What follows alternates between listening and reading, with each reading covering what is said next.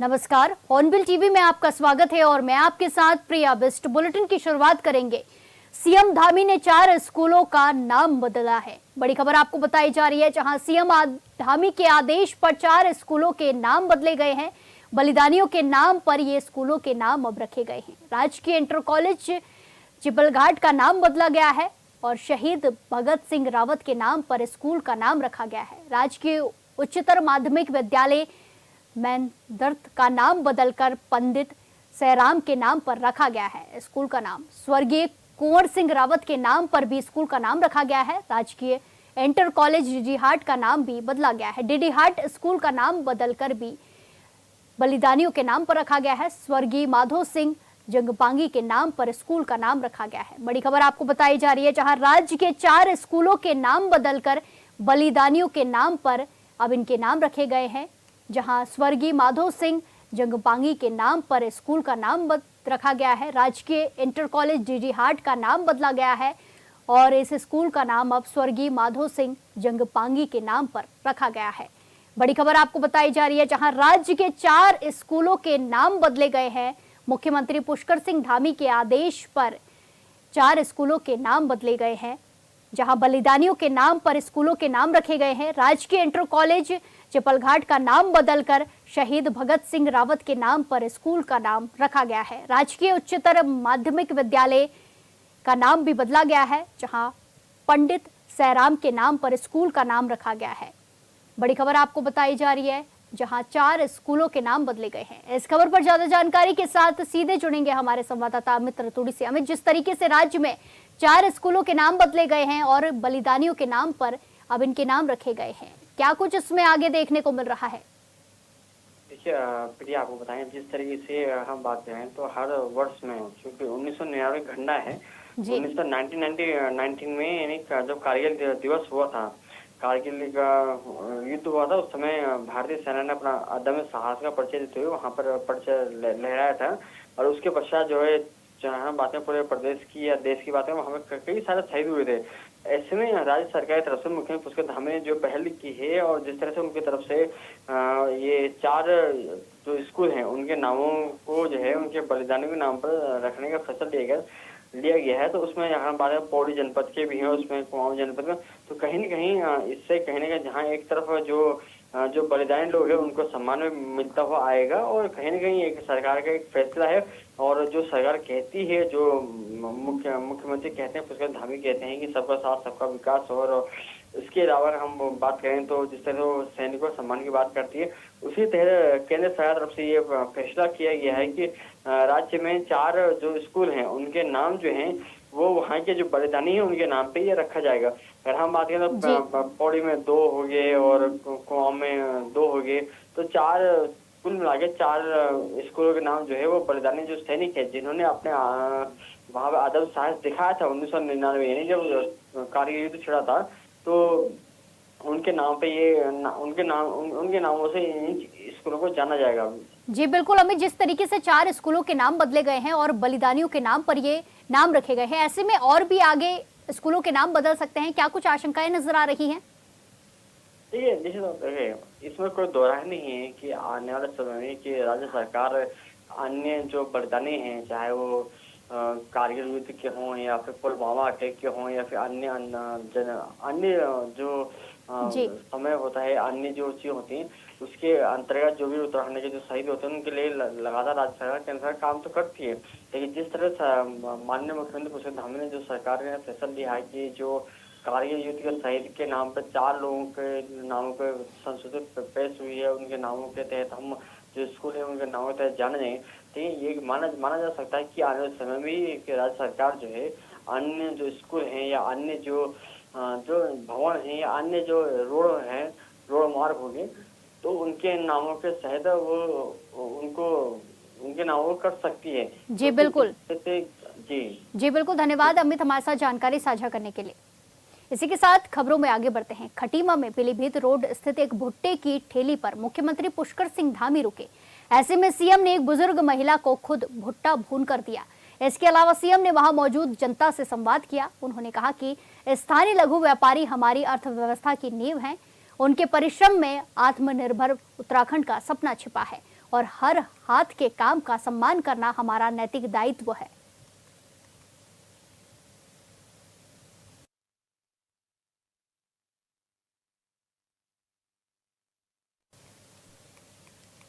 इसी के साथ खबरों में आगे बढ़ते हैं। मुख्यमंत्री पुष्कर सिंह धामी ने प्रधानमंत्री नरेंद्र मोदी को भारत के इतिहास में प्रधानमंत्री के रूप में दूसरा सबसे लंबा कार्यकाल पूर्ण करने पर प्रदेशवासियों की ओर से शुभकामनाएं दी हैं। मुख्यमंत्री ने कहा कि पीएम मोदी के नेतृत्व में देश तेजी से आगे बढ़ रहा है और विश्व मंच पर भारत की अलग पहचान बन रही है। उन्होंने कहा कि प्रधानमंत्री ने अंत्योदय के सिद्धांत पर काम करते हुए समाज के अंतिम व्यक्ति तक विकास की धारा पहुंचाई है।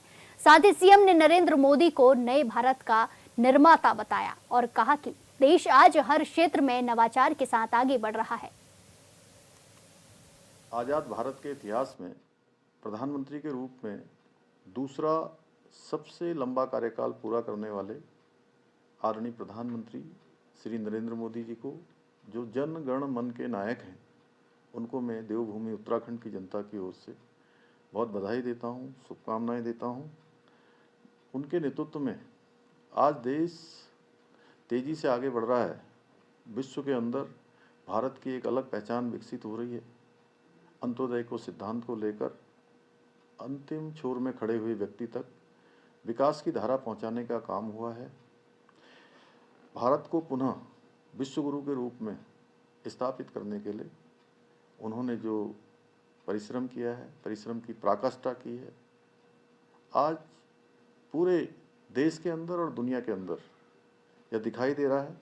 और मैं उनको नए भारत का निर्माता कहूँ तो ये कोई अतिशयोक्ति नहीं होगी। जिस प्रकार से हर क्षेत्र में नई नई योजनाओं के माध्यम से, नवाचार के माध्यम से, साइंस एंड टेक्नोलॉजी के क्षेत्र में हो या इनोवेशन के क्षेत्र में हो या नए ऐतिहासिक निर्णय लेने हों, सभी में एक नया कीर्तिमान स्थापित हुआ है। और विकसित भारत के सूत्र को भारत और दुनिया के सामने, और दुनिया के सामने भारत का लक्ष्य तय करके कि 2047 तक विकसित भारत बनेगा, सच में ये हम सब का सौभाग्य है, भारतवासियों का सौभाग्य है कि उनका नेतृत्व आज देश को प्राप्त हो रहा है। मैं भगवान से प्रार्थना करता हूँ, भगवान बद्री विशाल से, बाबा केदार से, उत्तराखंड के सभी देवी देवताओं की तरफ से कि वो स्वस्थ रहें, दीर्घायु हों और दीर्घ काल तक उनका नेतृत्व देश को प्राप्त होता रहे। उत्तराखंड खेल विश्वविद्यालय को लेकर सरकार ने बड़ा कदम उठाया है, जिसके तहत अब खेल विश्वविद्यालय को पहला कुलपति और कुल सचिव मिला है। खेल विश्वविद्यालय के लिए प्रदेश सरकार ने 3 प्रमुख पदों पर अस्थायी नियुक्ति की है। आपको बता दें कि 29 अगस्त को राष्ट्रीय खेल दिवस के अवसर पर विश्वविद्यालय का शिलान्यास किया जाएगा।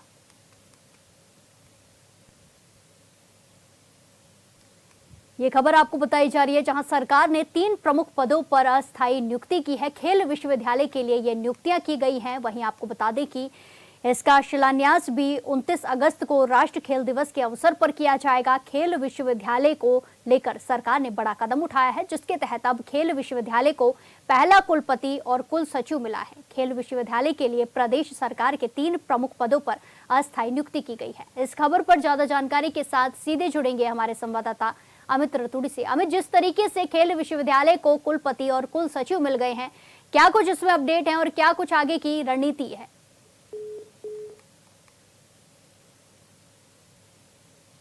इसी के साथ खबरों में आगे बढ़ते हैं। उत्तराखंड में हाल के सालों में बड़ी संख्या में लावारिस महिला शवों की खबरें सामने आई, जो एक गंभीर सामाजिक और प्रशासनिक समस्या की ओर इशारा करती है। पिछले 5 वर्षों में राज्य में 318 महिला शव मिले, जिनमें से 231 की पहचान अब तक नहीं हो पाई है। ये आंकड़ा न केवल सिस्टम की खामियों को उजागर करता है, बल्कि महिला सुरक्षा और अपराध की रोकथाम पर सवाल भी उठाता है।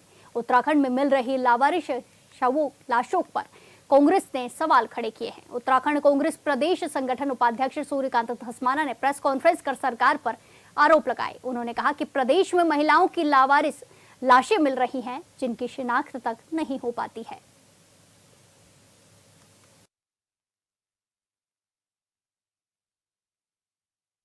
बड़ी संख्या में, सैकड़ों की संख्या में लावारिस लाशें जो प्रदेश में महिलाओं की मिली है 1 साल में, उनमें ये बड़े आश्चर्य की बात है, शिनाख्ती नहीं हुई। बहुत कम लोगों की 2-3-4% लोगों की शिनाख्त हुई है, बाकी महिलाओं की शिनाख्त ही नहीं हुई। कौन महिलाएं थी इस राज्य में? महिलाओं के गायब होने का, महिलाओं के अपहरण होने का, महिलाओं के विमेन जो ह्यूमन ट्रैफिकिंग है उसका आरोप लगातार लगता ही रहता है, लेकिन इतनी बड़ी संख्या में लावारिस लाशें महिलाओं की मिलना और उनकी शिनाख्त न होना, ये पुलिस की जो कार्य प्रणाली है और सिस्टम की जो कार्यप्रणाली है उसमें प्रश्न चिन्ह खड़ा करता है। और कांग्रेस का ये आरोप जो हम बार बार कहते हैं कि इस राज्य में महिलाओं के खिलाफ हिंसा के मामले बढ़ रहे हैं, हत्या के मामले बढ़ रहे हैं, बलात्कार के मामले बढ़ रहे हैं, उस पर पूरी तरह से मोहर लगाता है। और ये सरकारी आंकड़े हैं, हमारे आंकड़े नहीं है। हरिद्वार में 11 जुलाई से शुरू हुए कांवड़ मेला 23 जुलाई को समाप्त हो गया। 4.5 करोड़ शिव भक्त कांवड़िए देश के अलग अलग राज्यों से विश्व प्रसिद्ध हर की पैड़ी से गंगा जल लेने पहुंचे थे। मेला समाप्त होने के साथ ही शहर में फैली गंदगी को लेकर हरिद्वार नगर निगम और उत्तर प्रदेश सिंचाई विभाग ने युद्ध स्तर पर अभियान शुरू कर दिया है। सफाई अभियान चल रहा है, जिसके तहत क्षेत्र को जोन और सेक्टर में विभाजित किया गया है। ओम पुल समेत अन्य घाटों पर उत्तर प्रदेश सिंचाई विभाग के एग्जीक्यूटिव इंजीनियर विकास त्यागी ने बताया कि उत्तर प्रदेश और उत्तराखंड के अधिकारियों बहुत ही अच्छा समन्वय रहा है, जिससे विश्व प्रसिद्ध कांवड़ मेला सकुशल संपन्न हुआ है।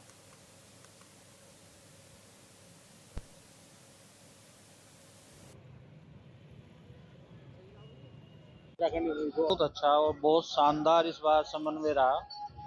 और जैसे कि आप देखते हैं कांवड़ पटरी मार्ग है, वो उत्तर प्रदेश की जो हमारी मुख्य नहर है उसके किनारे किनारे कांवड़ी और श्रद्धालु चलते हैं। तो जो भी कमियां थी इस बार पहले ही इंस्पेक्शन करके वो सुधार कर दिया गया था। और उत्तर प्रदेश सिंचाई विभाग की तरफ से यहाँ के जो प्रशासन है उनके साथ बिल्कुल मिलते हुए और जो भी हम लोग कर सकते थे वो समस्त प्रयास इस बार किए गए। और कोई दुर्घटना भी ऐसी दिखाई नहीं दी, ना कोई संज्ञानित हुई और बहुत सुगमता के साथ। हरिद्वार के शिवालिक नगर पालिका परिषद के वार्ड नंबर 7 में सफाई व्यवस्था की बदहाली और कूड़े के ढेरों ने लोगों का जीना दूभर कर दिया है। वहीं सफाई कर्मचारियों की अनुपस्थिति से नाराज जनता खुलकर विरोध में नजर आ रही है। स्थानीय सभासद अमरदीप सिंह ने नगर पालिका की कार्य प्रणाली पर गंभीर सवाल उठाए हैं। उन्होंने आरोप लगाया कि पालिका अध्यक्ष ने एक फर्जी कंपनी को डोर टू डोर कूड़ा उठाने का ठेका दिया है, जबकि ठेका मिलने के बावजूद कई दिनों तक गली में कूड़ा पड़ा रहता है। इसके अलावा कर्मचारियों का कहना है कि जब तक वेतन नहीं मिलेगा वो काम नहीं करेंगे।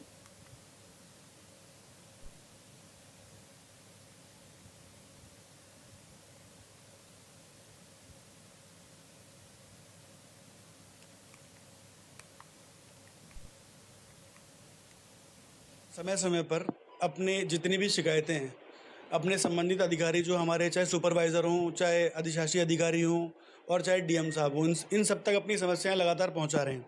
मैं आपको आज का रूटीन बता देता हूं।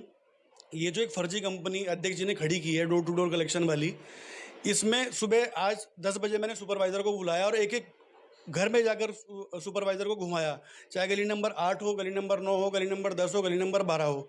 उन सब घरों से 4-4 दिन से कूड़ा नहीं उठ रहा था। हमने स्पष्ट रूप से उनको ये संदेश दे दिया है कि आज जाकर आप अपने जो इसके मालिक हैं शायद आप उसको बता देना कि अगर ये 1-2 दिन में समस्या का निस्तारण नहीं हुआ तो हम ये कूड़ा ट्रैक्टर ट्राली में भरेंगे और सीधा नगर पालिका के अध्यक्ष के कमरे में रख कर आ जाएंगे। इतना कूड़ा है, कूड़े की वजह से मिट्टी इतना कचरा है। 1 हफ्ता हो चुका है उस दिन कूड़ा नहीं उठाया। गाड़ियाँ कूड़ा उठाने का नाम ही नहीं है, गाड़ी वापसी करके ले जाते हैं। कहते हैं इस सामने की पीएससी पेट्रोल पंप के सामने लाइट भी नहीं जलती है। 1 हफ्ता हो चुका है। लक्सर के सुल्तानपुर से लेकर इस्माइलपुर जैसे ग्रामीण इलाकों में आम रास्तों पर फैला कूड़ा अब गंभीर समस्या बन चुका है। आपको बता दें कि पंचायत कर्मचारी तय कूड़ा घर के बजाय गांवों के मुख्य मार्गों पर ही कचरा फेंक रहे हैं, जिससे राहगीरों, स्कूली बच्चों और ग्रामीणों को भारी परेशानी का सामना करना पड़ रहा है। साथ ही मक्खी, मच्छरों और संक्रमण के खतरे से जूझना पड़ रहा है। ग्रामीणों ने चेतावनी दी है कि अगर इस समस्या का जल्द समाधान नहीं हुआ तो वो आंदोलन के लिए बाध्य होंगे। ये तस्वीरें आप देख सकते हैं किस तरीके से मुख्य मार्ग में कूड़ा फेंका गया है, जिसके चलते ग्रामीणों में काफी आक्रोश देखने को मिल रहा है। ग्रामीण इलाके में आम रास्तों पर कूड़ा इसी तरीके से फैला रहता है, जिससे कि खतरा बना हुआ है, बीमारियों का, संक्रमण का खतरा बना हुआ है। गांव के मुख्य मार्ग पर कूड़ा घर बना दिया गया है। पंचायत कर्मचारी इसे ऐसे ही फेंक देते हैं, जिसके चलते ग्रामीणों में आक्रोश देखने को मिल रहा है। इसी के साथ ग्रामीणों ने चेतावनी दी है कि जल्द से जल्द इसका समाधान नहीं किया गया तो वो आंदोलन के लिए मजबूर होंगे। ग्रामीणों को गंदगी से परेशानी हो रही है। स्कूली बच्चे, राहगीरों को काफी दिक्कतों का सामना करना पड़ता है। प्रशासन से जल्द समस्या का समाधान करने की मांग की है और अगर समस्या का समाधान जल्द नहीं हुआ तो ग्रामीणों ने चेतावनी दी है कि वो आंदोलन करेंगे। प्रशासन से जल्द समस्या का समाधान करने की मांग की है, लेकिन अगर समस्या का समाधान टाइम पर नहीं किया गया तो ग्रामीणों के द्वारा प्रदर्शन किया जाएगा, आंदोलन किया जाएगा, जिसकी चेतावनी ग्रामीणों के द्वारा दी गई है।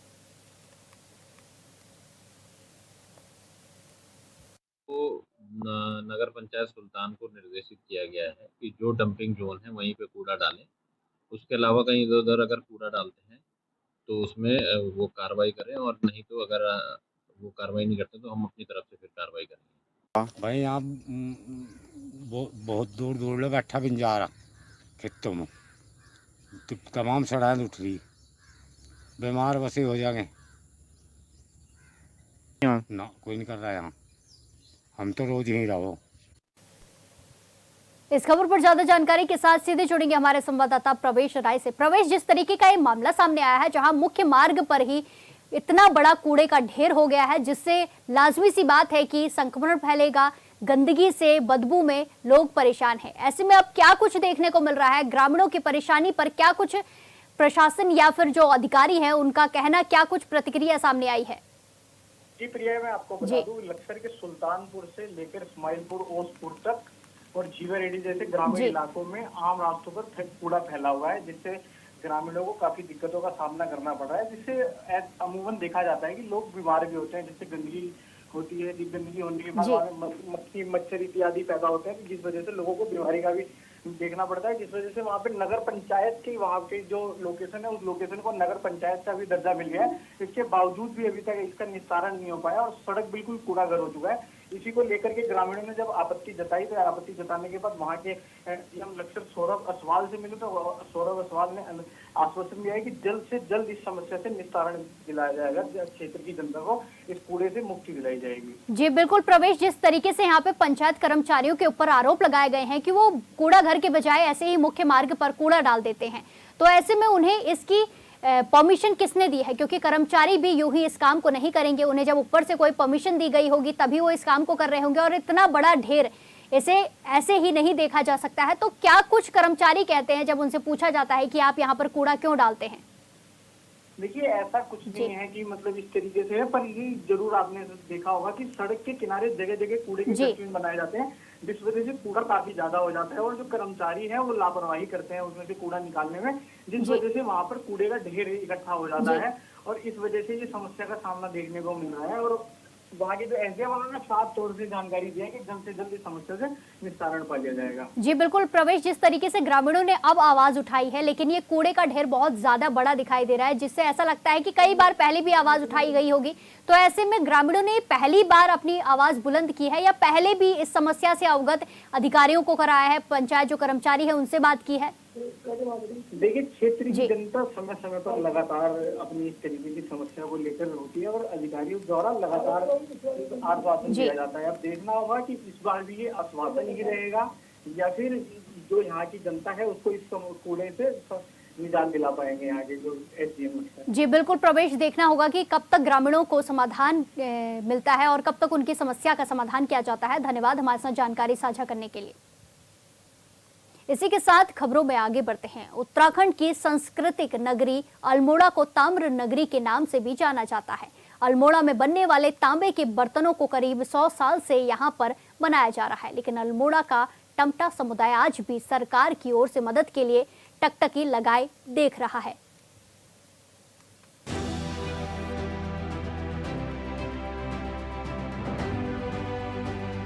अल्मोड़ा के टमटा मोहल्ला और दुगलखोला स्थित ताम्र नगरी में बनाए जाने वाले तांबे के बर्तनों की डिमांड उत्तराखंड समेत कई राज्यों और विदेशों में भी है। मशीनों के बदले हाथ से बनाए जाने वाले तांबे के बर्तनों की डिमांड ज्यादा देखने को मिलती है। स्थानीय कारीगर बताते हैं कि किसी समय पर यहाँ दर्जनों लोग तांबे के बर्तन बनाने के काम से जुड़े हुए थे। लेकिन अब हाल ऐसा है कि गिने चुने लोग ही यहाँ काम कर रहे हैं। वो हमको बाहर से मंगाना पड़ता है और इसकी डिमांड जैसे बाहर से भी आती है हमारे पास। और क्या नाम कहते हैं, उसके बाद में यहाँ हमने जो काम ऑफर में काम वाम करते हैं, बनाते पहले अभी बड़े भी बनाते हैं। अब ऐसा है कि मशीन का काम जरा ज़्यादा हो गया, 8 मिनट का काम कम हो गया। अब करीब 15 लोग ही यहाँ पर काम कर रहे हैं। तांबे के कारीगरों का कहना है कि सरकार की तरफ से भी किसी तरह की मदद नहीं मिलती है, सिर्फ आश्वासन दिया जाता है। कारीगर कहते हैं कि अगर सरकार की मदद मिले तो कई युवाओं को घर में रोजगार मिल जाएगा। यहाँ हाथ से बनने वाले बर्तनों की बात करें तो वर्तमान में यहाँ पर तांबे से परात, गागर, कलश, फौले, गिलास, प्लेट, गगरी, जलकुंड समेत कई साज सजावट का सामान भी मिलता है। बनावट और वजन के हिसाब से प्रोडक्ट के दाम तय होते हैं। डिमांड कैसी रहती थी पहले सर? पहले सर ठीक है सर, पहले तो डिमांड तो अभी भी रहती है, पहले भी थी अभी भी वही डिमांड। जो भी मंदिर का काम वाम होता है ना, वो तो मशीन में होता नहीं है, सब हम ही बनाते हैं टमटा लोग। टमटा मोहल्ला में बनने वाले बर्तन अल्मोड़ा समेत आसपास के बाजार में आपको आसानी से मिल जाएंगे, लेकिन आधुनिकीकरण की इस चकाचौंध में अल्मोड़ा का ये हस्तशिल्प फीका पड़ता जा रहा है। इस हस्तशिल्प के कार्य और कारीगरों को दरकार है कि सरकार इनकी मदद करे, जिससे जहां एक ओर इस परंपरागत कला को संरक्षण मिले तो वहीं दूसरी ओर इनके तांबे के बर्तनों को बड़ा बाजार भी मिले।